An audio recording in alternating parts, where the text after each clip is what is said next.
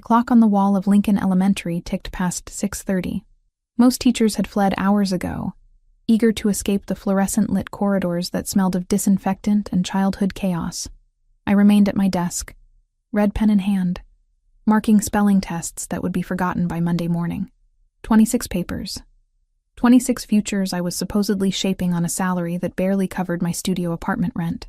Mary Prosper, 26 years old, orphaned at 18, still paying off student loans that felt more like shackles with each passing month. The arithmetic was simple, devastating, but simple. My phone buzzed against the scarred wooden surface of my desk. A text from my landlord. Rent increase notice attached. My stomach dropped, familiar dread settling in my chest like sediment in still water. I closed my eyes, counted to 10, then gathered the unfinished papers into my worn leather bag. The building would be locked soon, and I had a bus to catch. Except I didn't. The last Route 47 bus pulled away from the curb as I reached the stop, its diesel exhaust mixing with October's bitter air. I watched the red taillights disappear into traffic, carrying with them my last hope of avoiding the 8-block walk through neighborhoods that grew progressively worse with each street. The first drops of rain hit my face as I turned onto Maple Street. Then more. Within minutes, the drizzle transformed into a steady downpour that soaked through my discount coat and turned my carefully styled hair into limp strands. I clutched my bag tighter, quickening my pace past boarded storefronts and apartments with broken security lights. That's when I heard it, crying. Not the angry wail of a tantrum, but the broken, hiccuping sobs of genuine terror. The sound cut through the rhythm of raindrops on concrete, pulling me toward a narrow alley between two condemned buildings. I should have kept walking. Should have minded my own business in a neighborhood where survival meant selective blindness. But 8 years of teaching had rewired my instincts. When a child cried, I responded.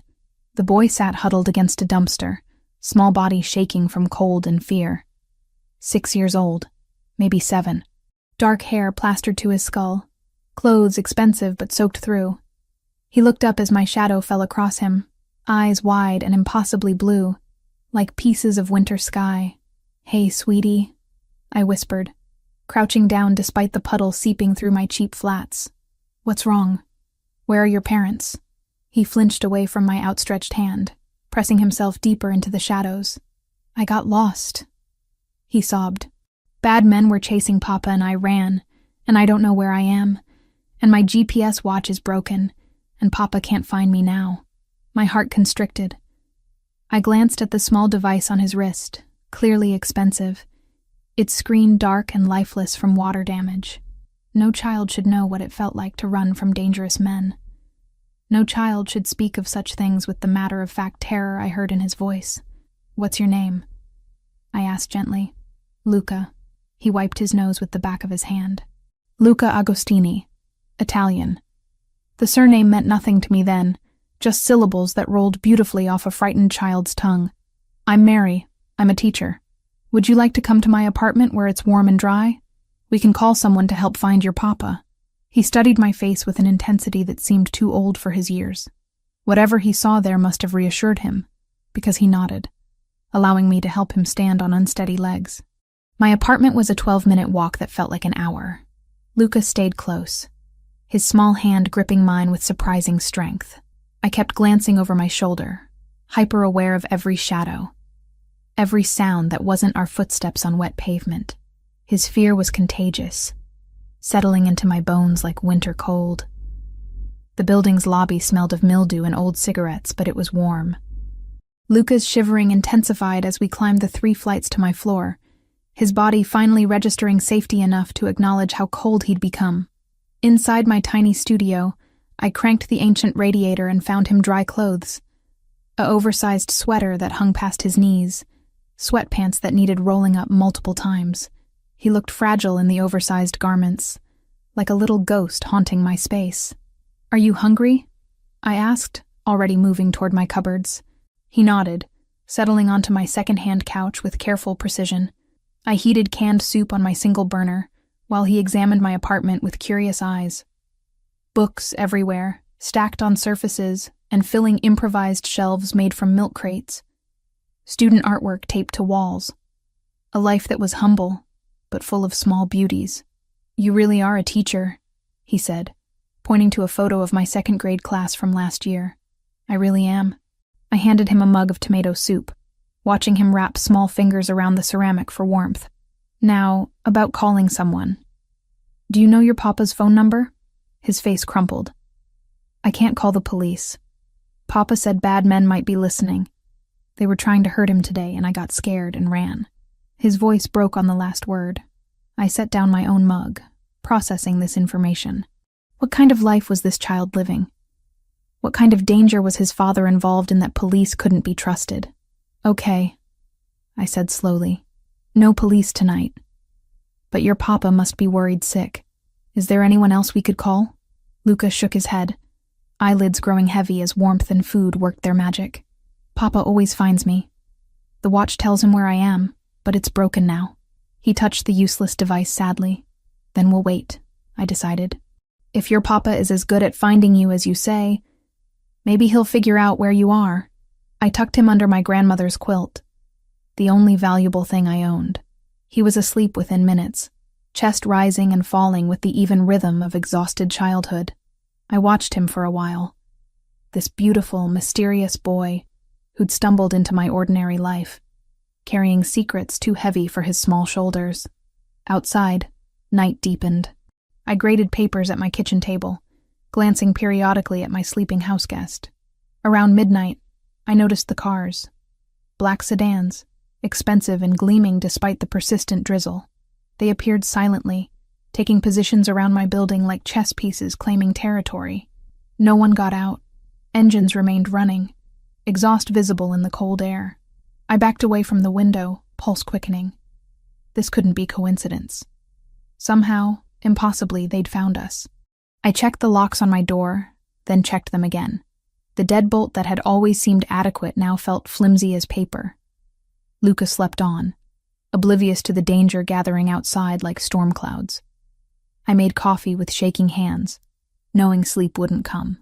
Whatever world this child belonged to was closing in around my tiny apartment, and I had no idea what dawn would bring. The cars waited, patient as predators. And I waited too, guardian to a boy whose father commanded enough power to mobilize an army in the middle of the night. A father who might be savior or monster, or something more complicated than either. Morning would bring answers I wasn't sure I was ready to hear. The knock came at 7:15, sharp and authoritative. 3 measured raps that seemed to vibrate through my entire apartment, followed by silence that felt like held breath. Luca stirred on the couch, those impossibly blue eyes fluttering open as consciousness returned along with memory. "Papa," he whispered, hope and uncertainty warring in his small voice. I pressed my finger to my lips, motioning for him to stay quiet. Through the peephole, I saw 2 men in expensive suits standing in my hallway. Not police. Something else entirely. Something that made my skin crawl with primitive warning signals I couldn't name. The knock repeated. Louder this time. More insistent. "Miss, we know you're in there," a voice called through the door, heavily accented. Italian, like Luca's surname. "We're looking for the boy." Luca's face went pale, but he didn't look terrified. He looked conflicted, like he recognized something in that voice that wasn't entirely threatening. "Stay here," I mouthed, then called through the door. "Who are you? What do you want?" "Friends of the family. The boy's father sent us." I looked back at Luca, who was now sitting upright, clutching my grandmother's quilt to his chest. "Is it safe?" I whispered. He nodded slowly. I think that's Uncle Tony.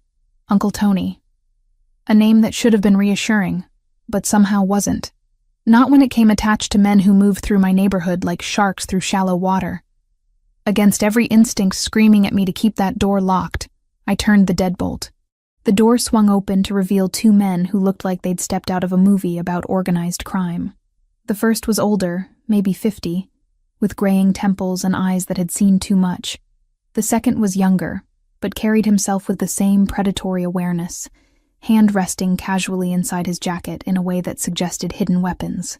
"Miss," the older one spoke first, eyebrows raised in polite inquiry. Mary Prosper. My voice came out steadier than I felt. "Miss Prosper, I'm Antonio Ricci." He gestured to his companion. "This is Enzo Moretti. We're here for Luca." Before I could respond, small feet pattered across my floor. "Uncle Tony!" Luca launched himself at the older man, who caught him in arms that were surprisingly gentle for someone who radiated such controlled danger. "Hey there, little man," Antonio murmured, relief evident in his voice as he held Luca tight. "Your papa's been worried sick. We've been looking for you all night." "I got scared," Luca said, his voice muffled against Antonio's shoulder. "The bad men came and Papa told me to run, and I did, but then I got lost and it was raining and my watch broke and then the nice teacher lady found me." Antonio's eyes moved to me over Luca's head, assessing, calculating. I felt exposed under that gaze, like he could read my entire life story in the nervous way I clutched my robe closed, in the humble surroundings of my tiny apartment, in the stack of unpaid bills sitting on my kitchen counter. "Miss Prosper," he said formally, "Luca's father would like to thank you personally for keeping his son safe." That's when the footsteps sounded in the hallway, slower than the others had been, more deliberate. Each step seemed to echo with authority that made both Antonio and Enzo straighten slightly, defer without conscious thought. And then he appeared in my doorway.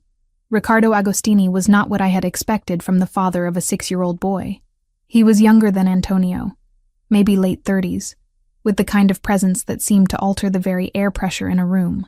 Dark hair showed threads of silver at the temples, and his eyes were the same startling blue as his son's, but harder, colder. Eyes that had seen violence and hadn't just survived it but wielded it. He wore a charcoal gray suit that probably cost more than I made in 6 months, tailored to accommodate what was clearly an athletic build beneath the expensive fabric.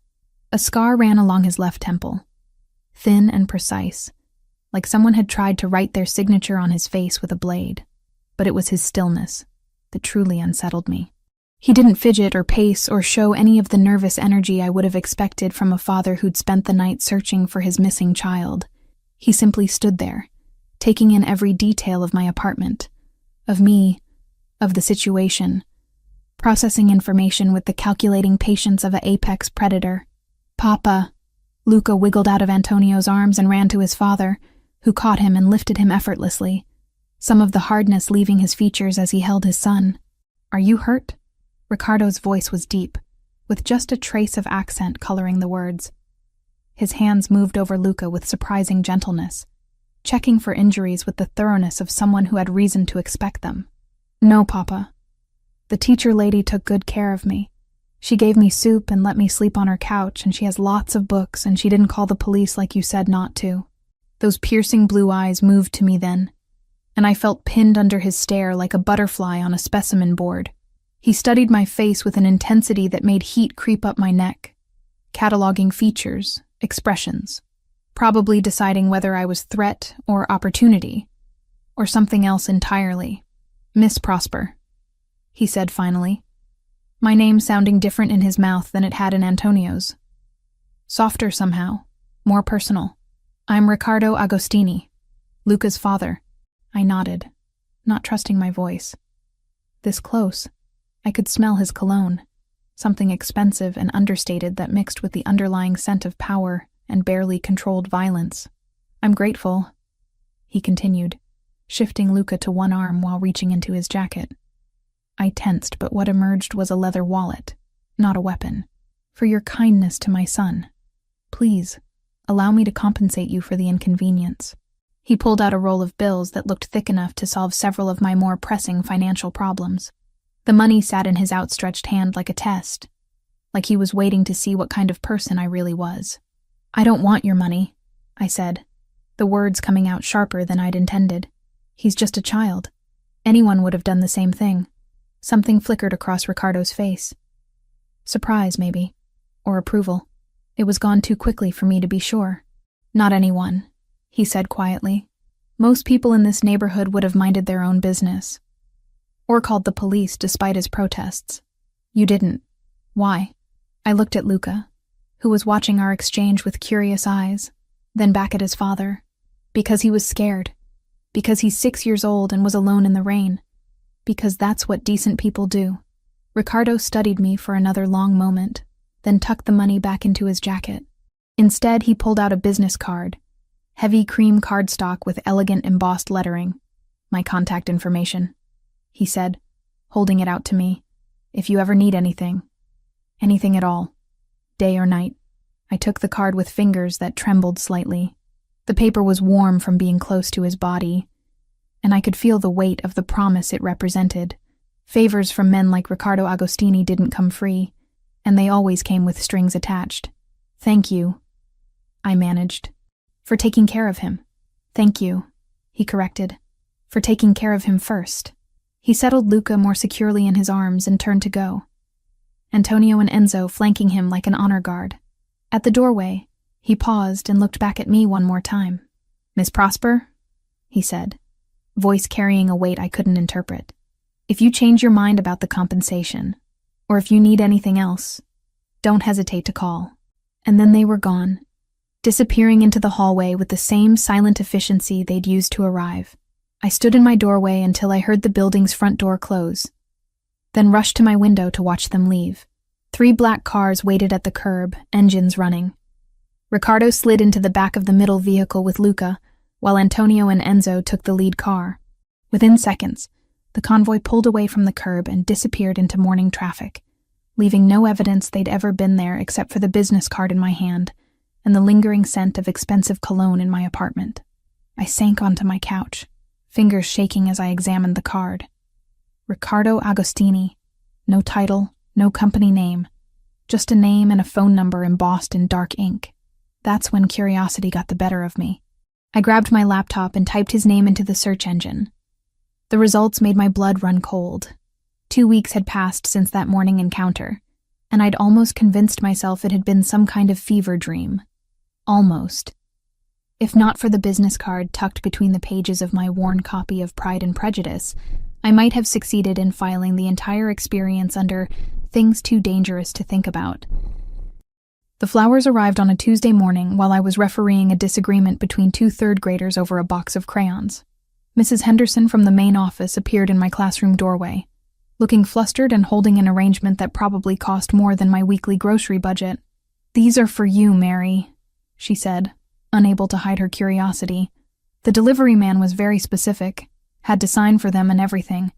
24 white roses, perfect and pristine, nestled in tissue paper so crisp it crackled when I touched it. The card was cream-colored cardstock. Expensive, with elegant script that matched the business card hidden in my apartment. "Miss Prosper, I would be honored if you would join me for dinner tonight. 7 o'clock. Venetian room at the Fairmont Hotel. R.A." My hands trembled slightly as I read it. The Fairmont. I'd walked past that hotel countless times on my way to my second job at the campus bookstore, but I'd never imagined actually setting foot inside. Places like that were for people who lived in different worlds than mine. People like Riccardo Agostini. Secret admirer? Mrs. Henderson's voice was carefully casual, but her eyes were bright with gossip-hungry interest. "Something like that," I murmured, tucking the card into my pocket. I should have thrown the flowers away. Should have ignored the invitation entirely. Should have done a dozen things that would have kept me safe in my small, predictable life. Instead, I found myself standing in front of my closet that evening, staring at clothes that suddenly seemed shabby and inadequate. The only dress I owned that didn't scream struggling teacher was a simple black number I'd bought for my college graduation 3 years ago. It was elegant in its simplicity, but I'd lost weight since then from too many meals of ramen noodles and peanut butter sandwiches, and it hung on me like it belonged to someone else. I was still debating whether to go when my phone buzzed with a text from an unknown number. "The school board is considering significant budget cuts to Lincoln Elementary. Thought you should know. R.A." My blood chilled. Budget cuts meant layoffs. Layoffs meant losing the job I could barely afford to keep, but absolutely couldn't afford to lose. How did he know about school board meetings? How did he know anything about my professional life? A second text followed immediately. Dinner might present opportunities to discuss alternatives. It wasn't exactly a threat. It wasn't exactly blackmail. It was something more subtle and infinitely more dangerous. It was Riccardo Agostini letting me know that he had information I needed, influence I couldn't access on my own, and the power to make my problems disappear if I played along. I put on the black dress, The Fairmont Hotel was everything I'd imagined from the outside and more.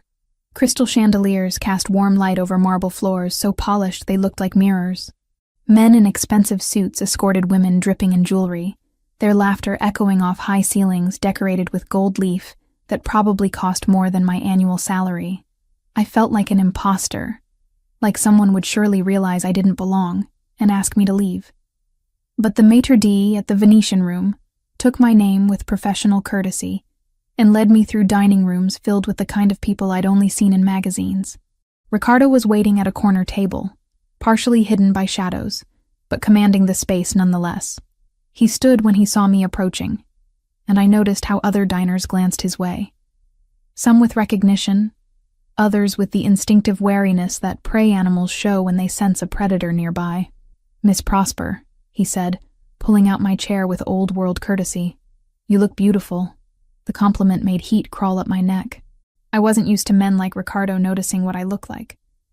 Wasn't used to being seen as anything other than the tired teacher in sensible shoes who couldn't quite make ends meet. "Thank you for coming," he continued, settling into his own chair with fluid grace. "I wasn't certain you would. Your text was persuasive," I replied, accepting the wine menu from a server who appeared and disappeared with practiced invisibility. Ricardo's smile was slight, acknowledging the game we were playing without quite admitting to it. "You're direct. I appreciate that quality." The dinner that followed was unlike anything I'd experienced.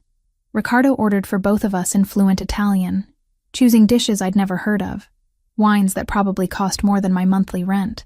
But it wasn't the luxury that unsettled me. It was the conversation. He knew things. About my degree in elementary education with a minor in child psychology. About my parents' accident 8 years ago and the medical bills that had consumed the small inheritance they'd left. About my student loans and second job and the scholarship I'd earned to Boston University. About the commendation I'd received last year for my work with at-risk children. "You've done research," I said, setting down my fork with deliberate precision. "I'm thorough about people who matter to me." "Why would I matter to you? I helped your son. That doesn't make me important." Ricardo leaned back in his chair, studying me with those unsettling blue eyes. "You're intelligent, educated, and kind. You have integrity in a world where that's increasingly rare. You chose to help a frightened child when you could have walked away. That tells me everything I need to know about your character. And that matters because Luca needs stability, guidance. Someone who understands how a child's mind works and can help him navigate a complicated world." He paused, swirling wine in his glass. His mother died 3 years ago. Since then, he's been surrounded by bodyguards and housekeepers, people who care for his physical needs, but don't understand his emotional ones. The pain in his voice when he mentioned his wife was carefully controlled, but unmistakable. This was a man who'd loved deeply and lost catastrophically, who carried that grief like a scar that never quite healed. "I'm sorry for your loss," I said quietly. "Elena was light in a dark world. When she died, that light went out for both of us." His fingers tightened almost imperceptibly around his wineglass. "Luca has nightmares. He's afraid to be away from me for more than a few hours. He's brilliant, but isolated. He needs someone who can reach him. You want me to be his tutor. I want you to consider it. 3 sessions per week, 3 hours each session. The compensation would be sufficient to eliminate your student debt and provide a comfortable living wage." The offer hung in the air between us like a bridge I could choose to cross or burn. I knew I should ask questions about his business, about the dangerous world that had sent his son running through alleys in the rain. I knew I should be terrified of getting involved with a man whose very presence seemed to bend reality around his will. Instead, I found myself asking, what would I be teaching him? Academics, certainly, but more than that. How to be a child when circumstances have forced him to grow up too quickly. How to trust when trust has been dangerous. How to find joy when the world seems determined to extinguish it. The vulnerability beneath his words caught me off guard. This wasn't the controlled, calculating man who commanded rooms full of dangerous men. This was a father struggling to protect his son from shadows that never quite disappeared. "The school board meeting," I said, deflecting from emotions that felt too intimate for public spaces. "How did you know?" "I have interests in many areas of the city. education being one of them. His smile held secrets I couldn't begin to guess. Lincoln Elementary could benefit from private patronage, anonymous donations that ensure teacher positions remain funded, classroom supplies stay stocked, programs continue to operate. Quid pro quo.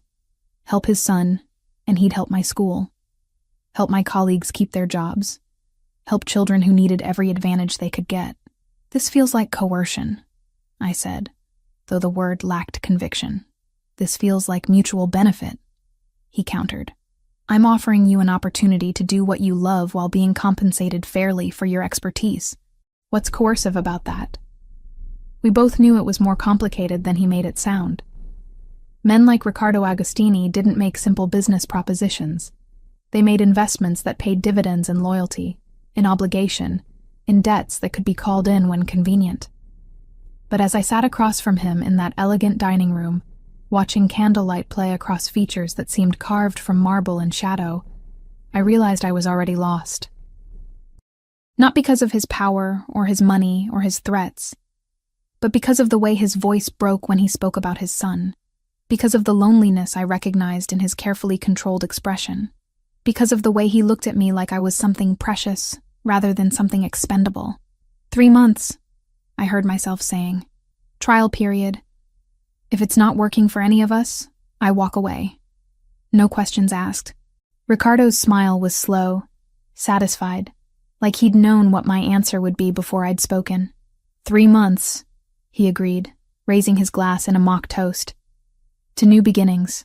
I touched my glass to his, sealing an agreement that felt more like a pact with forces I couldn't begin to understand. As he drove me home in a car that purred like a contented cat, I caught him watching me in the rearview mirror with an intensity that made my skin tingle with awareness I had no business feeling. Mary, he said as we pulled up to my building, my name sounding different in his mouth than it had 2 weeks ago. More intimate, more possessive. Yes, you're different from the others. I didn't ask what others he meant. Didn't want to know about the women who'd come before me, who'd sat in that same passenger seat and listened to promises that may or may not have been kept. Instead, I got out of the car and walked to my building without looking back, though I felt his eyes on me until I disappeared through the front door. 3 weeks into my arrangement with Ricardo, I'd grown accustomed to the rituals of entering his world. The drive through progressively wealthier neighborhoods, until Boston's gritty urban landscape gave way to manicured estates hidden behind iron gates and old money discretion. The moment of hesitation at the entrance to the Agostini compound, where cameras tracked my approach and invisible security systems processed my credentials. The transformation from Mary Prosper, struggling public school teacher, to Mary Prosper, private tutor to the heir of a criminal empire. The mansion itself still took my breath away. Colonial architecture softened by careful landscaping, windows that caught afternoon light and turned it into something precious.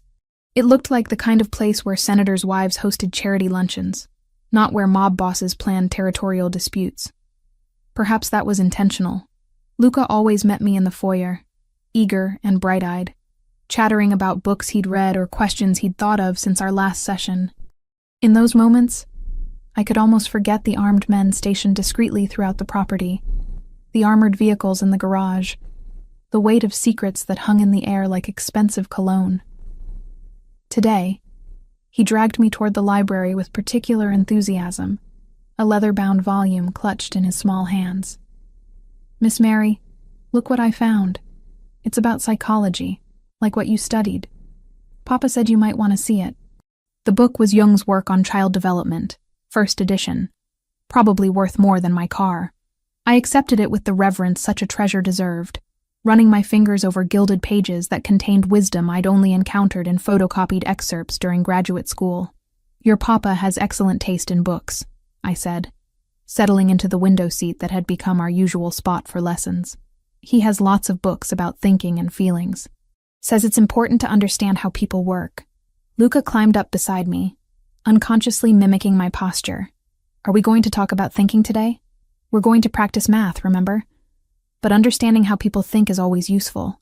As we worked through multiplication tables, I found myself listening to voices drifting from other parts of the house. Men speaking in rapid Italian, their tones urgent, but controlled. Occasionally, I caught fragments in English. References to shipments, territories, arrangements that needed to be made. Nothing specific enough to be truly incriminating, but sufficient to remind me that this beautiful home was the headquarters of operations I preferred not to examine too closely. "Miss Mary?" Luca's voice pulled me back to the present. "Why do you look worried sometimes when Papa's friends visit?" The question caught me off guard. Children were more perceptive than adults often realized, especially children who'd been forced to develop survival instincts early. "Sometimes grown-ups have to make difficult decisions," I said carefully. "It can sound serious, even when everything is fine. Papa makes difficult decisions every day. Uncle Tony says it's because Papa has to take care of lots of people, not just me." The innocent acceptance in his voice made my chest tight. This was his normal, a world where difficult decisions meant life and death, where taking care of people required methods that couldn't be discussed in polite society. We were reviewing his reading comprehension when Ricardo appeared in the doorway. I'd grown sensitive to his presence over the past weeks, some primitive awareness that made my skin prickle when he was near. Today, something was different. Tension radiated from him in waves I could almost taste. "Luca, go find Maria in the kitchen. She's making your favorite cookies." Luca's face lit up, but he hesitated, looking between his father and me with the intuition children possess for detecting undercurrents adults prefer to hide. "Is everything okay, Papa?" Ricardo's expression softened as he crouched to his son's level, hands gentle on small shoulders. "Everything is fine, little man. I just need to speak with Miss Mary about your progress." Grown-up talk, very boring. Only after Luca had skipped away did Ricardo's careful composure crack slightly. He moved to the window, staring out at grounds that probably cost more to maintain than most people earned in a year. "We need to talk," he said without turning around. "About Luca's education. About the fact that you're in danger because of me." The words hit like physical blows. I set down the book I'd been holding, hands suddenly unsteady. "What kind of danger?" "The kind that comes with proximity to my family. There are people who see anyone close to us as leverage, as weak points they can exploit." His reflection in the window looked haunted. My wife understood this. Elena was raised in this world, knew the rules, accepted the risks. "You didn't choose this. I chose to work for you. You chose to help a child. There's a difference." He turned then, blue eyes burning with something that might have been regret. "The Torino family has been making inquiries about you. About your schedule, your routines, your vulnerabilities." Ice formed in my stomach. The Torinos? Old enemies. They've been testing boundaries lately, pushing against territories that have been settled for years. Using you against me would be efficient. The clinical way he discussed threats to my life made everything feel surreal, like we were analyzing a chess problem rather than talking about people who might want to hurt me. "What does that mean exactly?" Ricardo was quiet for a long moment, and when he spoke, his voice carried weight that made each word feel final. "It means you can't go home tonight, or any night until this is resolved. You can't just decide that. I can't just let you die." The raw emotion in his voice startled both of us. "Not because of me. Not because you were kind to my son." We stared at each other across the elegant library, and I realized this conversation was a turning point. A moment where I could still back away from the precipice, could still choose safety over whatever dangerous territory we were approaching. "Elena," I said quietly. "Your wife. How did she die?" His face went carefully blank. "Car accident."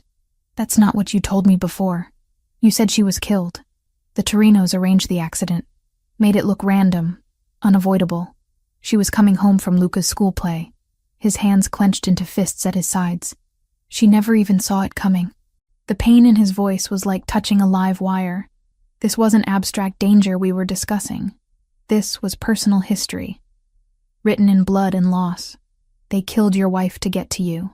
They killed my wife to send a message that nothing I loved was safe, that they could take anything, anyone, whenever they chose. His eyes met mine, and I saw years of carefully controlled rage burning there. I won't let them do it again. Before I could respond, the sound of screaming metal and shattering glass erupted from somewhere outside the house. Car alarms began wailing, men shouted in multiple languages, and the peaceful afternoon exploded into chaos. Ricardo was moving before I'd fully processed what was happening, pulling me away from the windows, speaking rapidly into a phone that had appeared in his hand. "Enzo, talk to me." "How many? Where's the boy?" The library door burst open and Antonio rushed in, his usually composed demeanor replaced by grim efficiency. "3 cars, automatic weapons. They're not trying to get in, just making noise. Distraction. Luca? Safe room with Maria. Building's locked down." Ricardo nodded, then turned to me with an expression that was part apology, part command. "Mary, I need you to listen very carefully. Antonio is going to take you to a secure location. You don't leave his sight. You don't ask questions. You do exactly what he tells you. What about you? I'm going to end this." The words were spoken with such cold finality that I understood this wasn't bravado or anger. This was a man who'd built an empire on decisive action, who'd survived in a world where hesitation meant death. "Ricardo," I said, his name feeling foreign on my tongue. "Be careful." Something shifted in his face at the sound of his name from my lips. He stepped closer, close enough that I could smell his cologne, could see the silver threads in his dark hair. "When this is over," he said quietly, "we're going to talk about what happens next, what we both want to happen next." Before I could ask what he meant, his mouth was on mine. The kiss was fierce, desperate, tasting of coffee and barely controlled violence. It lasted only seconds, but it seared itself into my memory with indelible permanence. Then Antonio was pulling me toward a hidden panel in the library wall, and Ricardo was striding toward whatever confrontation awaited him, and I was falling through a trapdoor into a world where normal rules no longer applied. As we descended into what appeared to be a sophisticated bunker system beneath the mansion, I touched my lips where I could still taste him, where I could still feel the weight of a promise that might have been goodbye. Above us, the sounds of conflict grew more distant, muffled by steel and concrete, and the weight of choices that could never be undone. In the darkness, I finally understood that I was no longer Mary Prosper, elementary school teacher who happened to know a dangerous man. I was Mary Prosper, the woman Riccardo Agostini had claimed with a kiss that tasted like ownership and protection, and something far more dangerous than either. The safe house was a testament to paranoid luxury. Situated in Beacon Hill behind ivy-covered walls that looked historical but concealed state-of-the-art security systems, it felt like stepping into a museum where someone happened to live.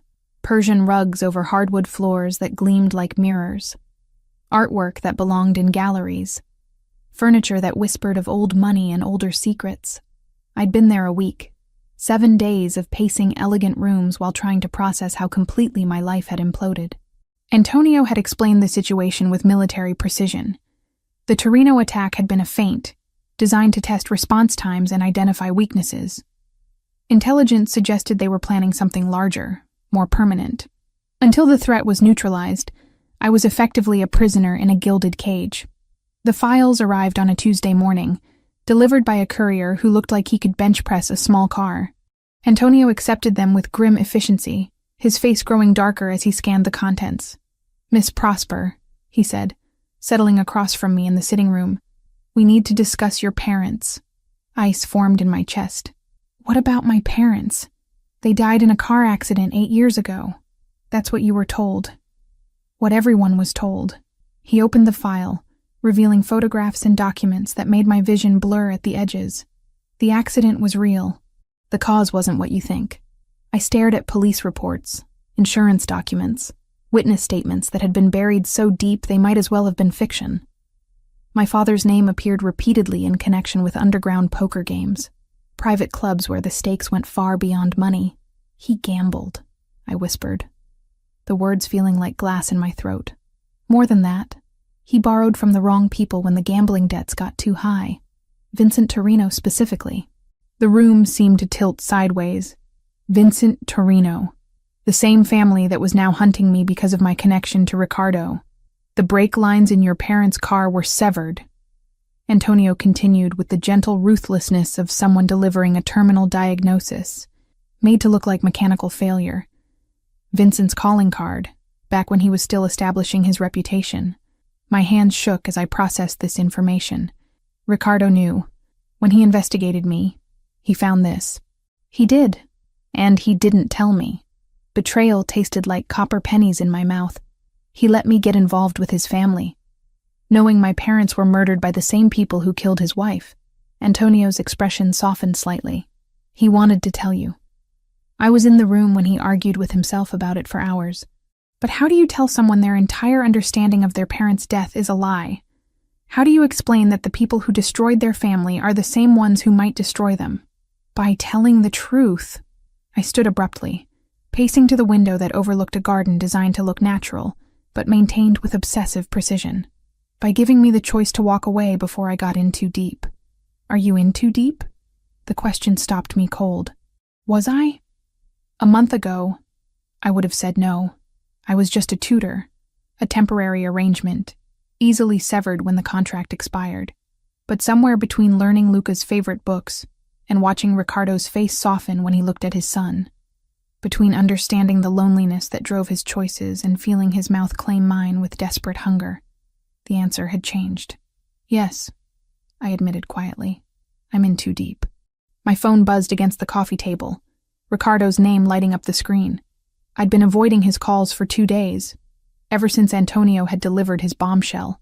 Now, seeing his name, I felt the familiar tug of attraction warring with newly awakened fury. I answered on the 4th ring. What do you want, Ricardo? To see you. To explain. His voice carried exhaustion I'd never heard before. Rough edges that spoke of sleepless nights and complicated decisions. Antonio told me about the conversation. Antonio told you I found out you've been lying to me since the day we met. I wasn't lying. I was protecting you from information that couldn't change what happened but could destroy what we're building. We're not building anything. I'm a tutor you hired. That's all. Silence stretched between us, heavy with unspoken truths.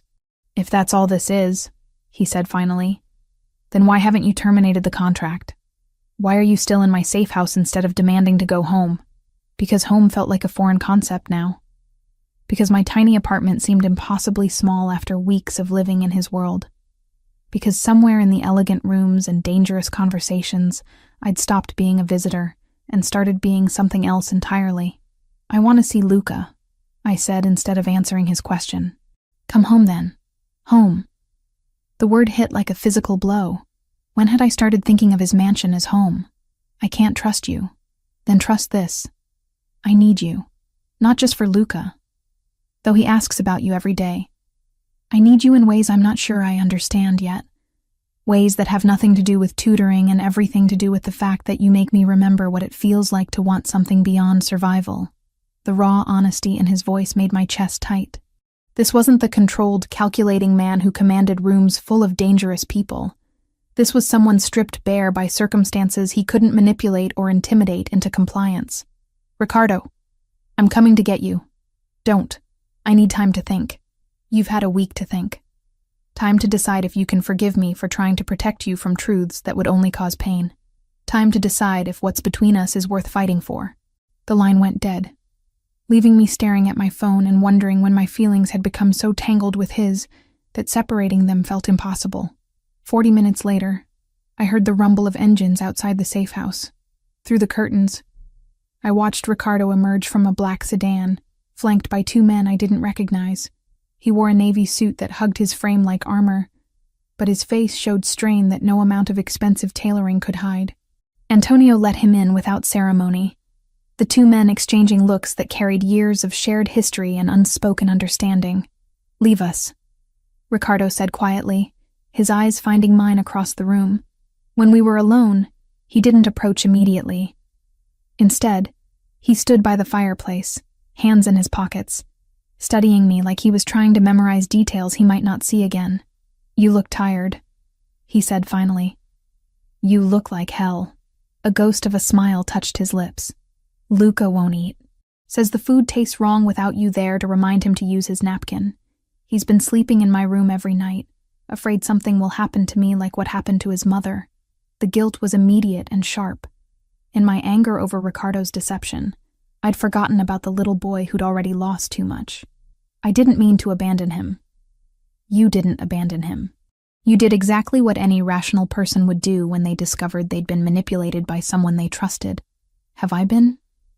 Manipulated? Ricardo moved closer then, close enough that I could smell his cologne, could see the silver threads in his hair, could count the exhaustion lines around his eyes. From the beginning, yes. I investigated you before offering the job. I researched your financial situation, your vulnerabilities, your psychological profile.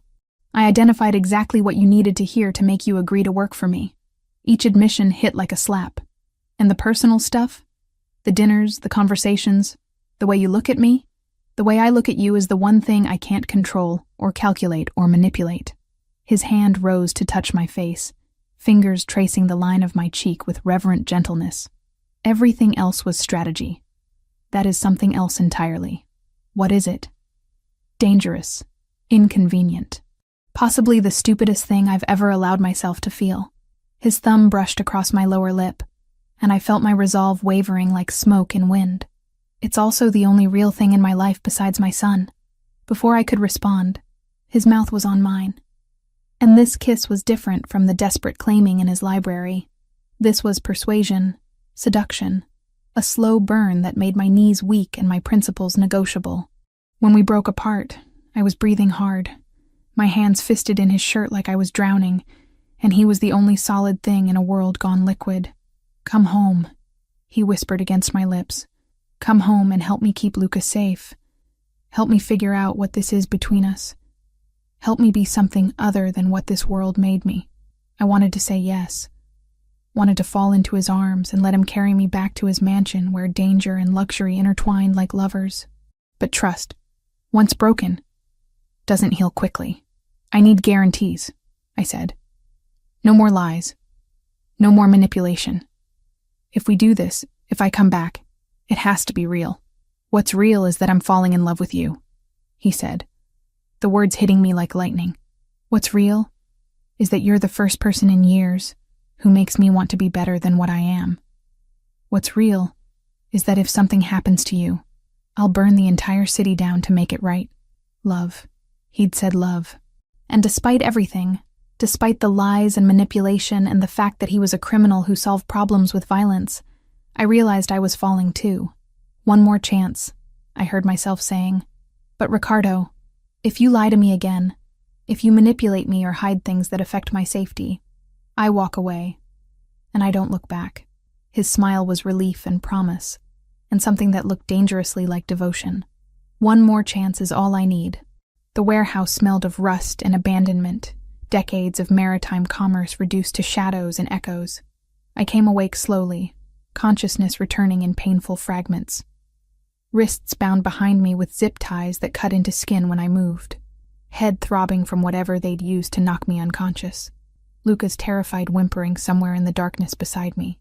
"Shh, sweetheart," I whispered, forcing my voice to stay calm despite the terror clawing at my chest. "I'm here. Everything's going to be okay." My eyes adjusted to reveal a space that had once processed goods from around the world, now reduced to empty concrete and broken dreams. Afternoon light filtered through grimy windows, casting everything in sepia tones that made the situation feel like a nightmare I might wake up from, except I wouldn't wake up. This was real. This was the consequence of loving a man whose enemies saw kindness as weakness to exploit. "Miss Mary?" Luca's voice was small, shattered. "I'm scared." "I know, baby. But your papa is very smart and very determined. He's going to find us." 3 men lounged near the entrance, assault rifles casual in their hands like accessories to expensive suits. The Torino soldiers looked bored, like kidnapping was just another Tuesday afternoon activity. Their leader, a heavy-set man with scarred knuckles, kept checking his phone with growing impatience. "Boss wants confirmation they got the message," he muttered to his companions. "Agostini should have called by now." One of the others, younger with hungry eyes, gestured toward us. "Maybe we should send a finger or something. Show him we're serious." "Nobody touches them until Vincent gives orders," the leader snapped. "We need them alive for leverage." I processed this information through the lens of educational psychology, analyzing behavioral patterns, group dynamics, power structures. These men weren't professional killers driven by ideology or personal vendetta. They were employees following directives, susceptible to confusion, misdirection, doubt. During my 2 months with Ricardo's family, I'd absorbed more than academic tutoring. I'd observed how Antonio managed subordinates through carefully calibrated authority, how Ricardo commanded loyalty through strategic mixture of fear and respect, how family meetings operated like corporate boardrooms where the wrong answer could be fatal.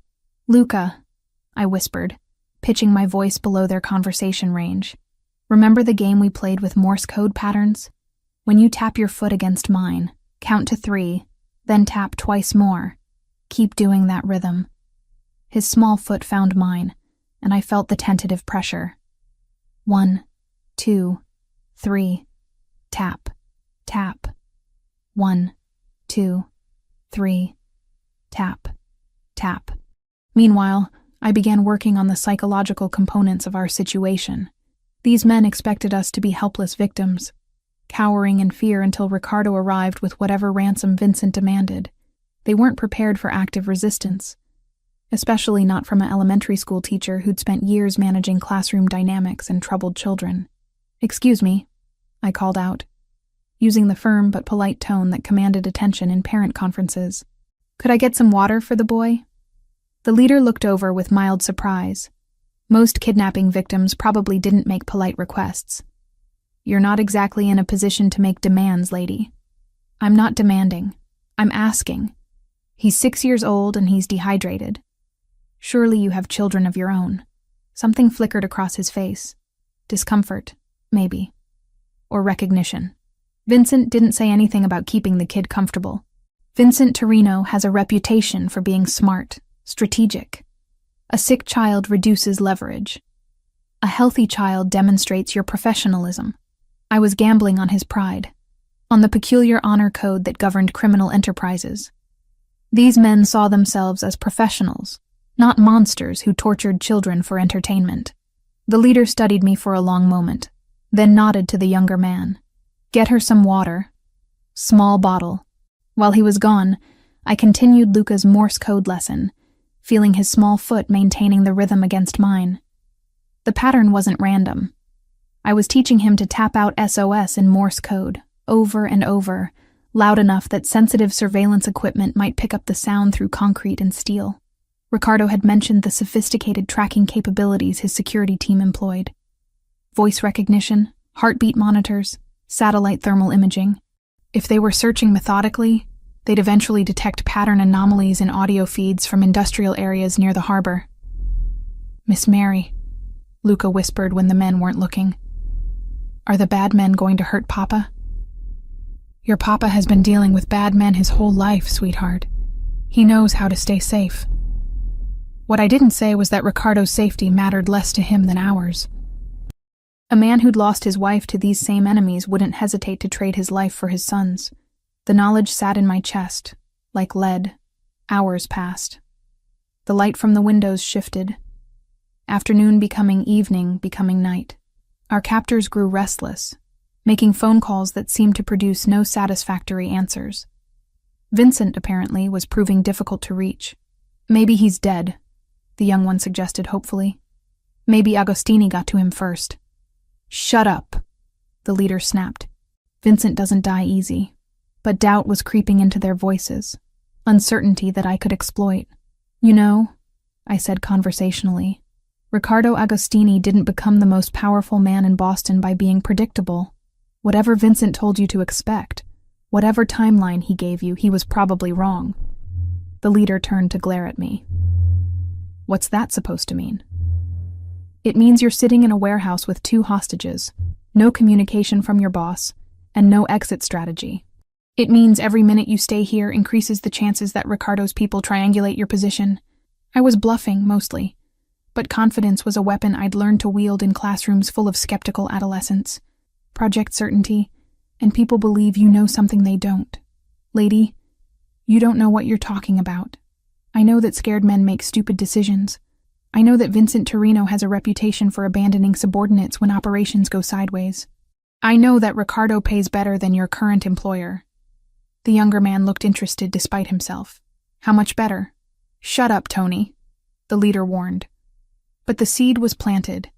Doubt, once introduced, grew like cancer in criminal organizations built on fear and greed. Around midnight, Everything changed. The building's power died without warning. Emergency lighting casting everything in hellish red. Luca pressed closer to me, his small body trembling with exhaustion and terror. Then I heard it. The distinctive sound of tactical boots on concrete, moving with professional precision through darkened corridors. Ricardo's people had found us. "Stay down," I whispered to Luca, using my body to shield him as much as possible. Gunfire erupted, muzzle flashes strobing through the darkness like deadly fireworks. Our captors scrambled for defensive positions, but they were outmanned and outmaneuvered by opponents who'd planned this assault with military efficiency. The battle lasted less than 3 minutes. When the shooting stopped, 2 of the Torino men were dead, and the third was bleeding from a shoulder wound, zip-tied and awaiting interrogation. Antonio emerged from the shadows first, his usually immaculate appearance disheveled, but his eyes sharp with professional satisfaction. "Miss Prosper, are you injured?" "We're okay," I managed, though my voice shook with adrenaline and relief. Then Ricardo was there, kneeling beside us, hands gentle as he checked us for injuries. In the red emergency lighting, his face looked like it had been carved from stone in fury. "Papa!" Luca threw himself into his father's arms, sobbing with the complete abandon of a child who'd been too scared to cry during captivity. Ricardo held his son with one arm, while his free hand cupped my face, thumb brushing away tears I hadn't realized I was crying. "You're safe," he whispered, and I heard years of barely controlled terror in his voice. "You're both safe." Enzo appeared with bolt cutters, freeing my wrists from the zip ties that had left angry red marks on my skin. Ricardo helped me stand, his arm around my waist, solid and warm and protective. "How did you find us?" I asked. "The Morse code," Antonio replied with something that might have been admiration. "Luca's foot tapping. Our surveillance equipment picked up the SOS pattern and triangulated the source." I looked down at the little boy in his father's arms, amazed by his courage, his ability to maintain focus under circumstances that would have broken most adults. "Good job, sweetheart," I said, touching his hair gently. "You saved us both."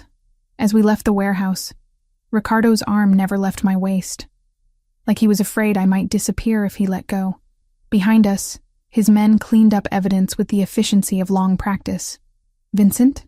I asked. "Won't be a problem anymore," Ricardo replied, his voice carrying finality that brooked no questions.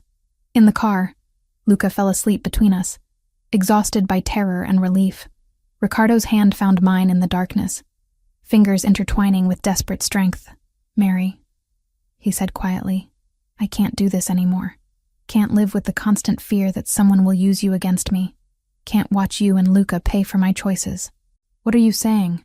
"I'm saying that loving you is the most dangerous thing I've ever done, and also the most necessary." His words hung in the air between us like a bridge I could choose to cross or burn. In the past few hours, I'd seen what his world cost, but I'd also seen what he was willing to sacrifice to protect the people he loved. "Then let's make it worth the danger," I said, squeezing his hand. When he kissed me this time, it tasted like promises and homecoming and the kind of love that builds empires from ashes. 3 months had passed since the warehouse.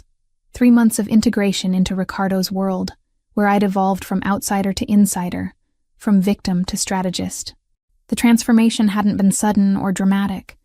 It had been a gradual awakening to capabilities I'd never known I possessed. Skills honed through careful observation and psychological training that proved surprisingly applicable to criminal enterprises. The message arrived on a Tuesday evening while Ricardo was reviewing territory reports in his study. Antonio brought it personally, his usual composure replaced by grim anticipation. "Vincent Torino wants to meet," he announced without preamble. "Neutral ground. Says it's time to end this properly." I looked up from the educational psychology journal I'd been reading, an article about manipulation techniques in high-stress environments that had proven remarkably relevant to my new circumstances. "It's a trap." "Of course it's a trap," Ricardo replied without looking up from his papers. "The question is whether it's a trap we can turn to our advantage." Over the months, I'd learned to read the subtle signs of his mood, the way his pen moved across paper with slightly more force when he was calculating violence, the precise stillness that settled over him when multiple scenarios played out simultaneously in his mind. Tonight, He was planning war. Where does he want to meet? I asked. Pier 47. Tomorrow night. Midnight. Antonio's expression suggested he'd rather wrestle sharks than attend this meeting. Says he wants to discuss territorial agreements, compensation for recent losses. Compensation! Ricardo's laugh was winter ice scraping concrete. He kidnaps my family and wants compensation. I closed the journal, focusing entirely on the conversation. In 3 months, I'd absorbed enough about territorial dynamics to understand what Vincent was really proposing. This wasn't about money or territory lines. This was about honor, about reputation, about the kind of public humiliation that destroyed criminal empires from within. He's not expecting you to agree to compensation, I said quietly. He's expecting you to refuse, to get angry, to make a mistake that gives him justification for whatever he's really planning. Both men turned to me with the focused attention I'd learned to recognize as respect. My insights into psychological manipulation had proven valuable in ways my education had never intended.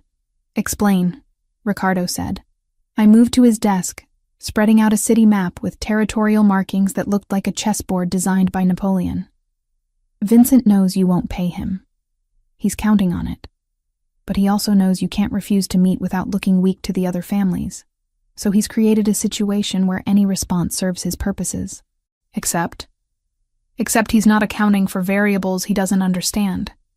He thinks in terms of traditional power structures, violence, intimidation, territorial control. But you have assets he can't calculate. Ricardo's smile was sharp enough to cut glass. Such as a woman with a master's degree in educational psychology who spent 3 months studying criminal organizational behavior. Such as someone who understands group dynamics and leadership manipulation in ways that don't typically appear in mob strategy sessions. I leaned over the map, pointing to various locations. Vincent expects you to come armed, angry, ready for confrontation. He expects Antonio, Enzo, maybe 6 other men in a show of force. He's prepared for that scenario. What's he not prepared for? Psychological warfare, misdirection based on behavioral prediction models. Someone who can read micro-expressions and voice stress patterns to determine when he's lying, when he's vulnerable, when he's about to make the mistake that gives you the advantage. Antonio looked skeptical. Miss Mary, with respect, this isn't a classroom. No, it's not.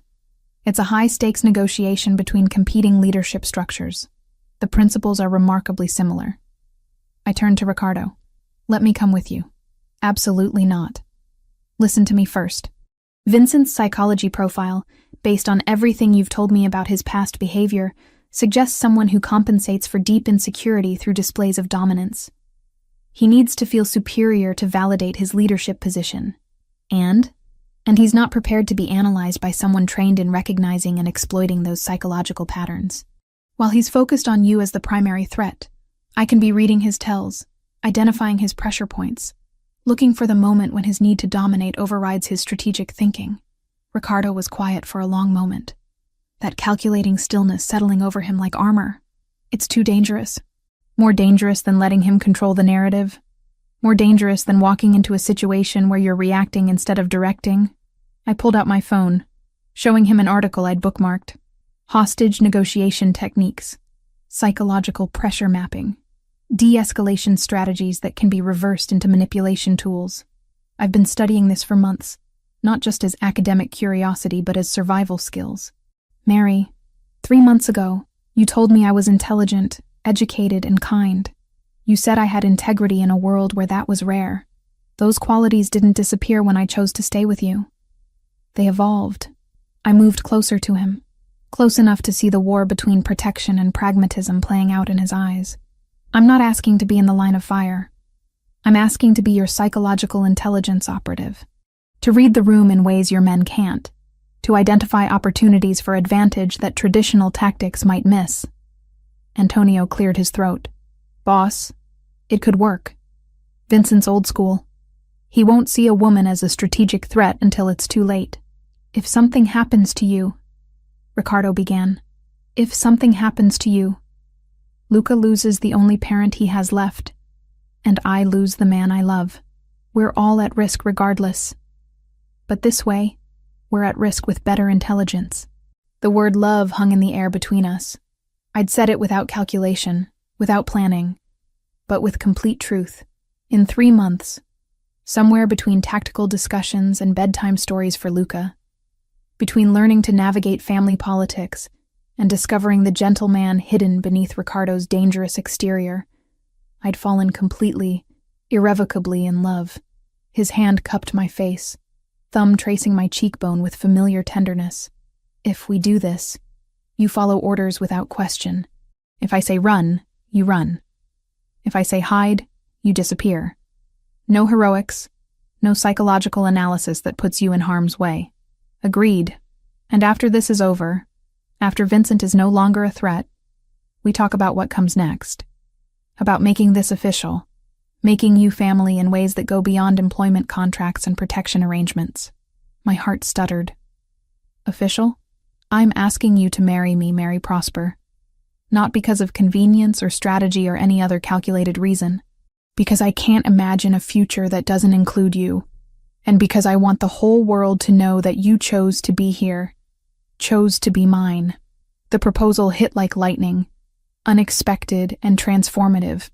In the middle of planning what might be our last confrontation with Vincent Torino, Ricardo was offering me forever.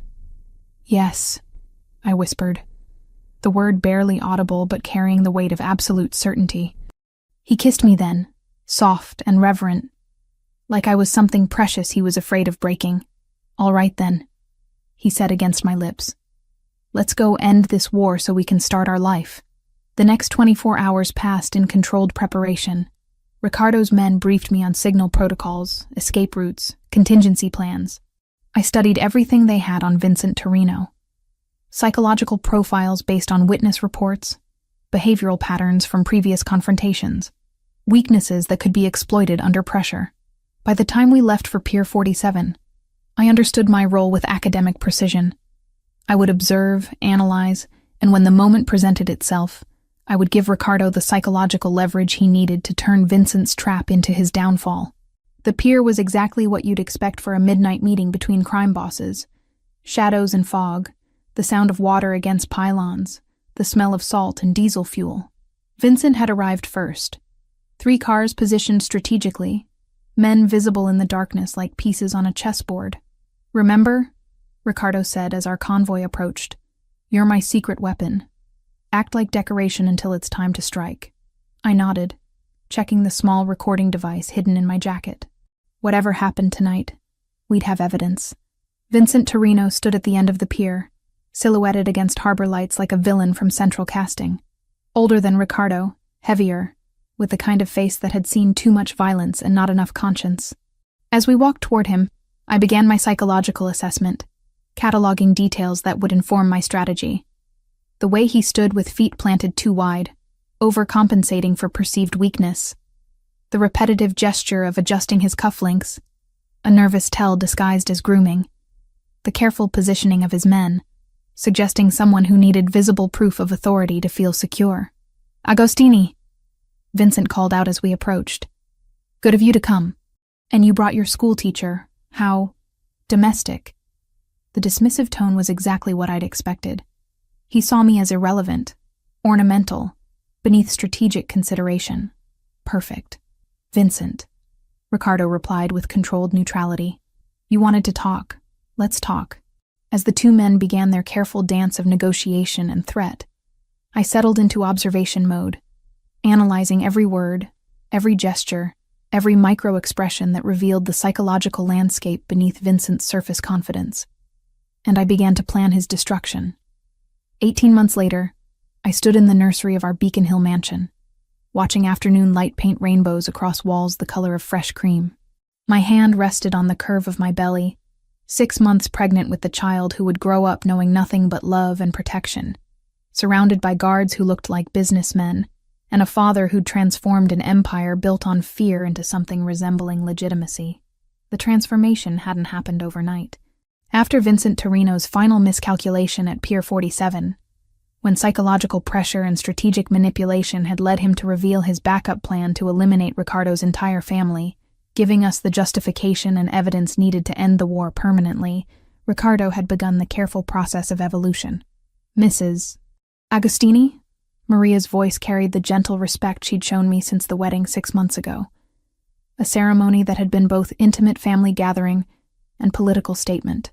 The most powerful man in Boston choosing to share his empire with a former elementary school teacher had sent shockwaves through the criminal underworld that were still reverberating. Yes, Maria? Mr. Agostini is in his study with the architects. He asked if you could join them. I smiled, running my hand over the mahogany crib that had been crafted by artisans who probably had no idea their work would shelter the heir to a reformed criminal dynasty. Tell him I'll be right there. The study that had once been command central for territory wars and strategic violence had been transformed into something that looked more like a corporate boardroom, crossed with a gentleman's library. Maps of Boston still covered one wall, but now they showed legitimate business interests. Restaurants, hotels, real estate developments, educational foundations.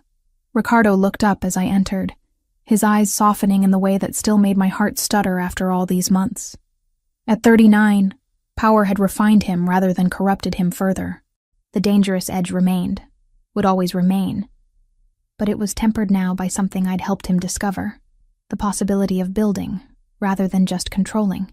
Mary, he said, rising to pull out a chair beside his desk. Perfect timing. We're finalizing the plans for the new school.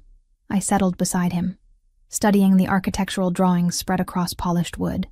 The Lincoln Elementary renovation project had been my idea, my way of ensuring that children in my old neighborhood would have access to resources their parents could never afford.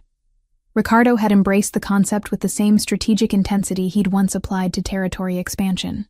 The library wing looks beautiful, I observed, tracing the clean lines with my finger. And the psychological counseling center? Fully funded, fully staffed. Dr. Martinez has already hired 3 additional therapists specializing in childhood trauma. His hand covered mine where it rested on the drawings. Your old principal called it an educational miracle. I leaned back in the chair, watching him discuss square footage and program budgets with the architects. This was the man I'd fallen in love with. Not just the dangerous criminal who'd commanded through fear, but the strategist who could envision comprehensive solutions to complex problems. He'd simply redirected those abilities toward construction, rather than destruction. The Agostini Foundation will establish similar programs in 12 other schools over the next 5 years, he was explaining to the architects. My wife has identified specific neighborhoods where intervention could have maximum impact. My wife. Even after 6 months, the title carried weight that went beyond legal documents. In Ricardo's world, wives weren't just partners. They were extensions of power, symbols of legitimacy, proof that even men who'd built empires on violence could evolve into something approaching respectable. After the architects left, Ricardo pulled me into his arms with the possessive gentleness that had become his signature. How are you feeling? You look tired. I'm growing a human being. Tired comes with the territory. I settled against his chest, breathing in the scent of expensive cologne and subtle power that would always mean safety to me. But happy. Incredibly happy. Good. His lips brushed the top of my head. Because I have news that should make you even happier. Oh? The Justice Department has officially closed their investigation into family activities. No charges, no ongoing surveillance, no restrictions on business operations. His voice carried satisfaction that went deeper than mere legal victory. We're officially legitimate. I pulled back to look at him, searching his face for any trace of regret about the path we'd chosen. The transition from criminal empire to legitimate business consortium had required sacrifices. Former associates who couldn't adapt to legal methods, territorial agreements that had been dissolved rather than enforced through violence, streams of income that had been abandoned rather than legitimized. Any regrets? I asked. About choosing legality over power? About choosing you over everything I used to be? His smile was the one he reserved for moments when we were alone, when the masks of public performance could be set aside. Never. Not for a single second. He led me to the window that overlooked gardens, where Luca, now 8 years old, was playing with the golden retriever we'd adopted last spring. The boy had grown into his intelligence, his natural curiosity channeled into advanced academic programs and carefully supervised social activities. He called me Mama now, had for months. the title granted with the casual acceptance of childhood but carrying emotional weight that still brought tears to my eyes. "He's been asking when his little sister will be old enough to play soccer," Ricardo said, following my gaze. "Sister?" "The ultrasound results came back this morning. Dr. Peterson called while you were napping." His hand moved to my belly, fingers spread protectively across the curve where our daughter grew. A girl, perfectly healthy, developing exactly as she should. A daughter, our daughter. The child who would grow up in a world her father had reformed, who would inherit an empire built on education and legitimate business, rather than fear and violence. "What should we name her?" I asked. I was thinking Elena, after her grandmother. The suggestion caught me off guard, emotion tightening my throat. Elena had been his first wife, Luca's mother, the woman whose death had nearly destroyed both father and son. Naming our daughter after her felt like completion, like honoring the past while embracing the future. "Elena Agostini," I said, testing the sound. "I love it. Elena Mary Agostini," he corrected. "She should carry part of you too." We stood like that for a long time, watching Luca play in gardens that had been designed for beauty rather than security, planning a future that felt impossibly bright compared to the darkness we'd emerged from. "Do you ever miss it?" I asked eventually. "The power, the fear, the way people used to defer to you without question?" Ricardo was quiet for a moment, considering the question with the thoroughness he applied to all serious inquiries. "I miss the simplicity of it sometimes. When problems could be solved with violence and loyalty was guaranteed through intimidation. But I don't miss the constant vigilance, the certainty that everyone around me was either plotting against me or terrified of me." He turned me in his arms, hands gentle on my face. "I don't miss being the kind of man who could only hold on to love through fear. I don't miss being someone you couldn't trust completely. And now? Now I'm a man who builds schools instead of burning bridges, who solves problems through negotiation instead of elimination, who can sleep peacefully because the people I love are safe, not because they're terrified, but because they choose to be here." As evening approached, we gathered for dinner in the formal dining room that had been the site of so many strategic meetings during our early months together. Now it hosted family meals, homework sessions, conversations about Luca's school projects, and Elena's impending arrival. "Miss Mary, Mama," Luca corrected himself with the careful precision of childhood. "Will you help me with my science presentation tomorrow?" "Of course, sweetheart. What's the topic?" "Psychological behavioral patterns in social groups. I want to talk about how people make decisions when they're part of a team versus when they're alone." Ricardo and I exchanged glances across the table. Even at 8, Luca was displaying analytical abilities that suggested he might follow his own path into the complex world of human behavior and social dynamics. "That sounds fascinating," I said. "We'll work on it after dinner." Later, after Luca had been tucked into bed with promises about the presentation and stories about his future sister, Ricardo and I sat in the library that had been the site of our first real conversation. The room had been redecorated since then, dangerous artifacts replaced with family photographs and children's artwork, but it remained the heart of our home. "I have something for you," Ricardo said, pulling a small velvet box from his jacket pocket. "It's not my birthday. It's the anniversary of the night Vincent died, the night we officially ended the old life and began building this one." The box contained a pendant, elegant and understated, with a small diamond surrounded by white gold, shaped like a key. "The key to what?" I asked as he fastened the chain around my neck. "To everything. To the future we're building, to the family we're creating, to the empire we've transformed." His fingers lingered at the nape of my neck, touch sending familiar shivers down my spine, to my heart, which has been yours since the night you took in a frightened child without asking questions. I turned in his arms, marveling again at the transformation that had brought us to this moment. The dangerous man who'd once commanded through fear had become someone who ruled through love, respect, and strategic brilliance applied to legitimate purposes. "I love you," I said, the words carrying the weight of everything we'd overcome and everything we were building together. "I love you too, Mrs. Agostini. Today, tomorrow, and for every day of the empire we're going to leave our children." As he kissed me, soft and reverent in the room where our story had truly begun. I could hear the future calling. Elena's first steps, Luca's graduation, family dinners in the mansion that had become a home, board meetings for the foundation that would educate thousands of children. Quiet moments like this one when the weight of the past gave way to the promise of tomorrow. I'd been Mary Prosper, struggling teacher who'd saved a lost child in the rain.